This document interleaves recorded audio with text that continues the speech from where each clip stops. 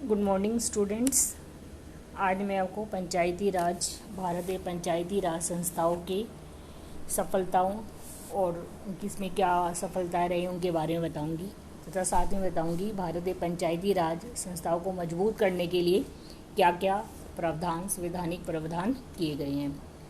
तो last class में मैंने आपको बताया था भारत में जो पंचायती राज है स्वतंत्रता से पहले भी पंचायती राज संस्थाएं थी, लेकिन बलवंत राय मेहता की समिति की रिपोर्ट के बाद 1959 में राजस्थान पहला ऐसा राज्य था नागौर जिले में जहां पर पंचायती राज संस्थाओं का उद्घाटन किया गया। उसके बाद 1962 में महाराष्ट्र में और उसके बाद पंचायती राज संस्थाओं ने पूरे देश में अपनी जड़ें फैला ली। भारत में पंचायती राज संस्थाओं ने ग्रामीण विकास में महत्वपूर्ण भूमिका निभाई है। पंचायती राज संस्थाओं ने देश के राजनीतिकरण, आधुनिकीकरण, समाजीकरण में भी साथ में महत्वपूर्ण भूमिका निभाई है। राजनीतिक व्यवस्था में ग्रामीण जन भागीदारी में वृद्धि करके गांवों में जागरूकता उत्पन्न की है। अगर पंचायती राज की प्रमुख जो उपलब्धियां हैं वो इस प्रकार हैं। एक तो पंचायती राज व्यवस्था के कारण गांव में समझ का विकास हुआ है, अंडरस्टैंडिंग बढ़ी है। गांव में राजनीतिक व प्रशासनिक संस्थाओं के बारे में उनकी समझ बढ़ी है, विकास हुआ है। ग्रामवासी इन संस्थाओं में सक्रिय सहभागिता के लिए भी आकर्षित हुए हैं। अब वो पंचायतों के कार्यों में और पंचायत में सक्रिय भागीदारी करने लगे हैं और देश की राजनीतिक व्यवस्था के बारे में भी उनमें जागरूकता उत्पन्न हुई है। अधिकारों के प्रति चेतना जागी है। ग्रामवासियों में भी लोकतांत्रिक विकेंद्रीकरण की प्रक्रिया में व्यक्तियों के बीच जनतांत्रिक मूल्य के विकास से अधिकारों के प्रति चेतना बढ़ी है। मत अधिकार अपना कैसे यूज़ करना है इससे भी उनमें चेतना बढ़ी है और वो अब पूर्ण रूप से मतदान में भाग लेते हैं पंचायतों के चुनाव में और देश के चुनाव में। गांव में भौतिक विकास हुआ है। गांव में पंचायती राज व्यवस्था से ग्रामीण वासियों की न केवल मानसिक विकास में योगदान हुआ है, वहाँ पर शिक्षा का विकास हुआ है, बल्कि भौतिक विकास में भी कारगर भूमिका निभाई है पंचायतों ने। गांव में परिवहन, सिंचाई, पेयजल, शिक्षा, चिकित्सा सुविधा, सिंचाई आदि का विस्तार हुआ है, जिससे कि ग्रामीण वासी के जीवन स्तर में सुधार हुआ है। अब गांव में भी शहरों की तरह सुविधाएं प्राप्त होने लगी है। नेट, इंटरनेट, सभी सुविधाएं गांव में भी, बड़े बड़े मॉल, बड़ी बड़ी शॉप्स, सब चीज़ों का विकास होने लगा है। पंचायती राज व्यवस्था के माध्यम से शिक्षण संस्थाओं में भी शुरुआत में साक्षरता का प्रतिशत शुरू में तो नहीं बढ़ा था, लेकिन अब ये काफ़ी बढ़ा है और व्यक्तियों के विचारों मूल्य में परिवर्तन हुआ है। पंचायती राज संस्थाओं के कारण गांव में जो सामाजिक बुराइयां हैं उनका भी समापन हुआ है, जैसे मृत्यु भोज, छुआछूत, बाल विवाह, दहेज प्रथा तथा महिला अत्याचार जैसी सामाजिक समस्याओं के समाधान में पंचायती राज संस्थाओं ने महत्वपूर्ण भूमिका निभाई है। अब ग्रामवासी जो है, अब ग्रामवासियों में ग्रामवासी में शिक्षा का विकास होने के बाद ये सामाजिक बुराइयां धीरे धीरे समाप्त होने लगी है। गांव में पिछड़े वर्ग में भी चेतना आई है। गांव की स्त्रियां भी राजनीतिक कार्यकलापों में भाग लेने लगी है।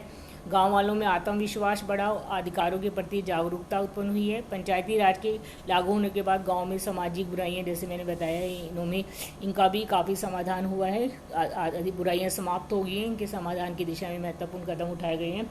शिक्षा का विकास हुआ है, जिससे कि राजनीतिक व्यवस्था में जन हिस्सेदारी, भागीदारी बढ़ रही है और जागरूकता उत्पन्न हुई है। अतः पंचायती राज संस्थाओं ने देश के राजनीतिकरण, आधुनिकीकरण, समाजीकरण तथा ग्रामीण विकास में महत्वपूर्ण भूमिकाएं निभाई। उसके नेक्स्ट है कि पंचायती राज की क्या विफलताएं रही हैं।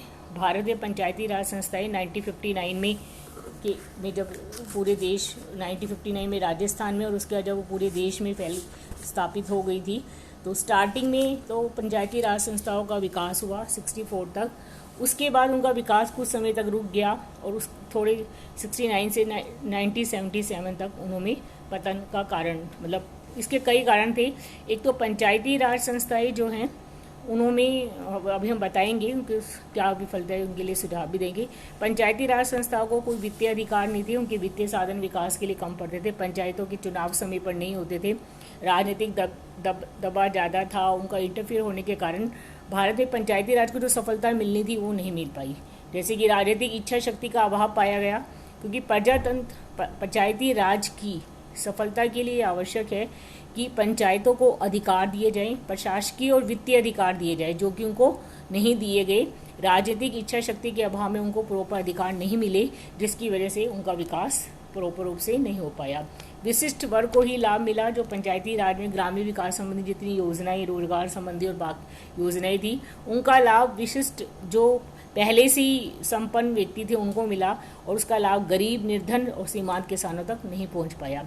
सामाजिक पिछड़ापन के कारण, जाति और सांप्रदायिक टकराव के कारण भी गांव में जो है पंचायती राज का पूर्ण रूप से विकास नहीं हो पाया। दलगत राजनीति एवं झगड़े होने लग गए।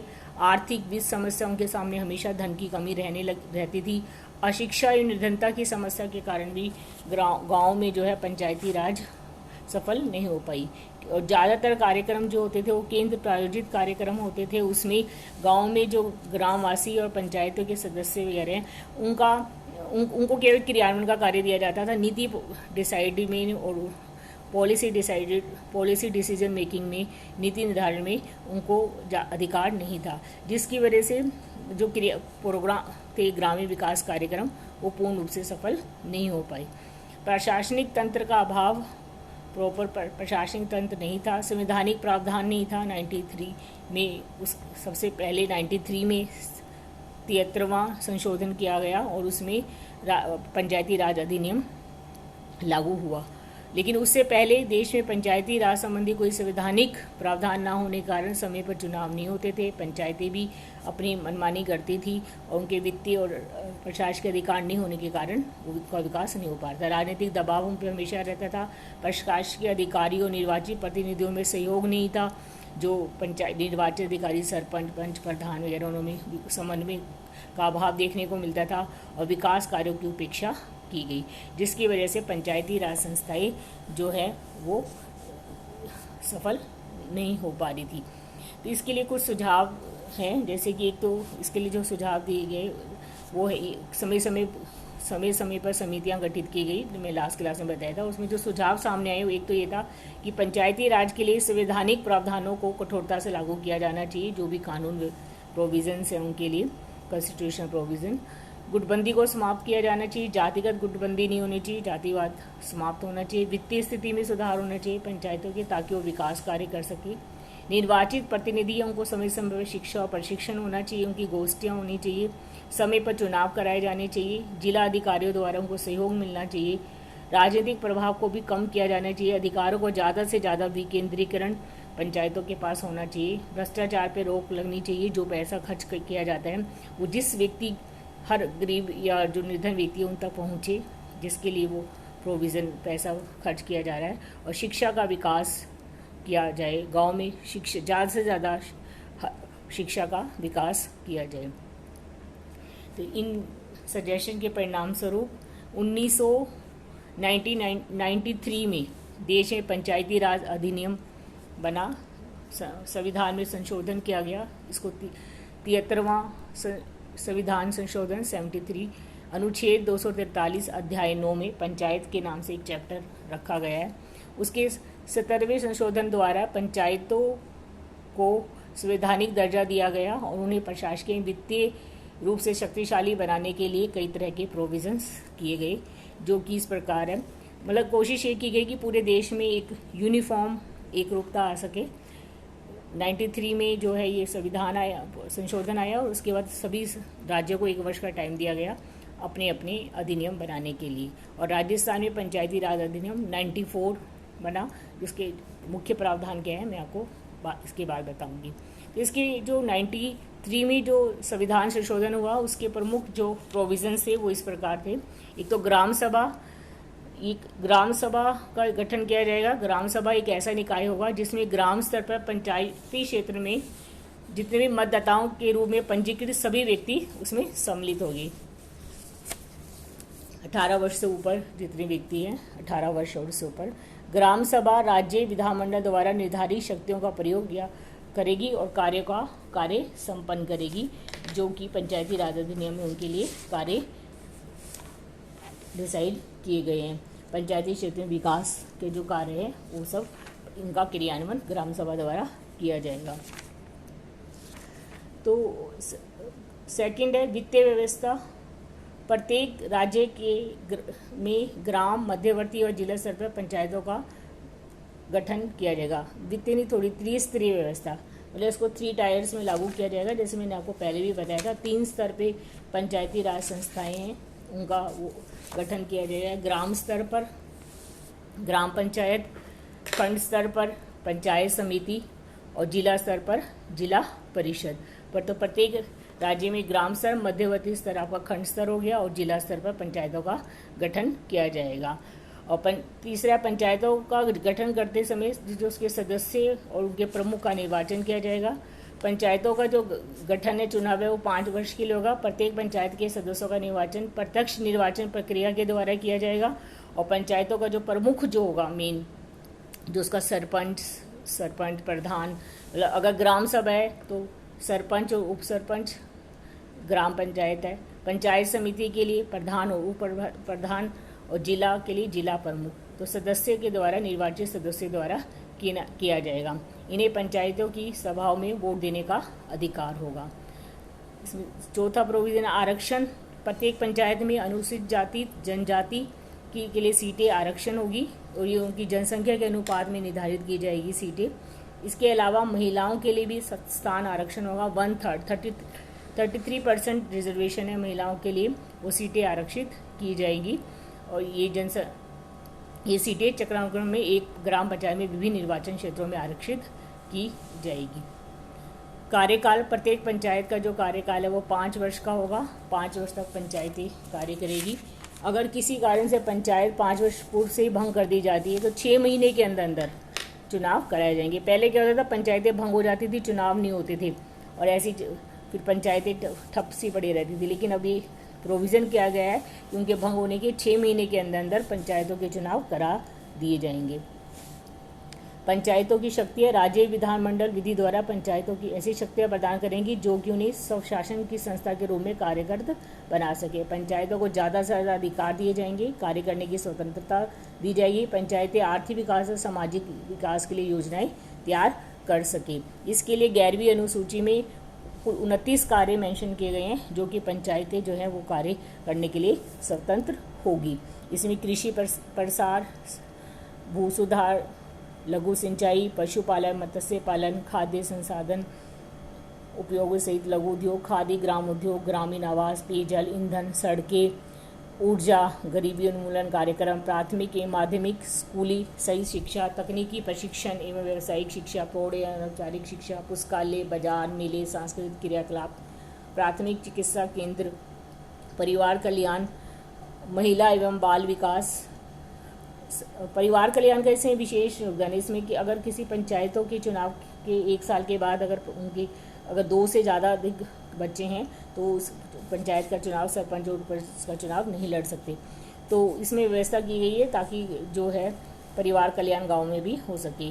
और सामाजिक कल्याण, कमजोर वर्गों का कल्याण, जल वितरण व्यवस्था, सामुदायिक संपत्ति का अनुरक्षण, ये जो 29 विषय है अनुच्छेद 243G द्वारा 11वीं सूची में शामिल किए गए हैं।